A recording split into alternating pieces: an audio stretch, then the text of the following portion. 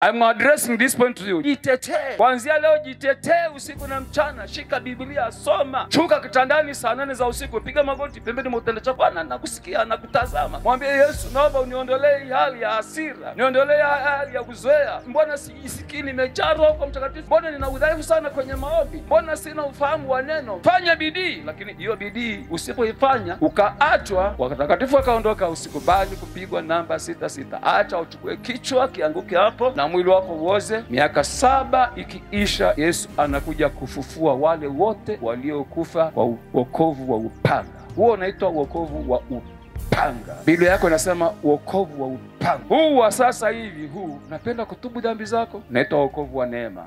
Leo hii unaokolewa, unatubu dhambi, unakubalika, unakuwa mcha Mungu, yani bila kulipa shilingi, bila kiboko, bila chochote. Ni neema, grace, salvation by grace. Kipindi cha wokovu wa neema wa bure pita, watakatifu wakaondoka. Wale ambao wameshamkubali Yesu awasafisha akafanya watakatifu, wakishaondoka, sasa Mungu ataruhusu nafasi ya pili kwa waliobaki duniani, watakao kubali kumcha Yesu kwa wokovu wa upanga. Kubali kufa kwa upanga, angalau uwe umeshafanikiwa japo kwa upanga ya mbinguni. Asante. Mungu akubariki na Bwana akujalie kuondoka na watakatifu kuliko wokovu wa upanga. Na kutakia laheri, nuru ya Yesu Kristo iangaze maisha yako.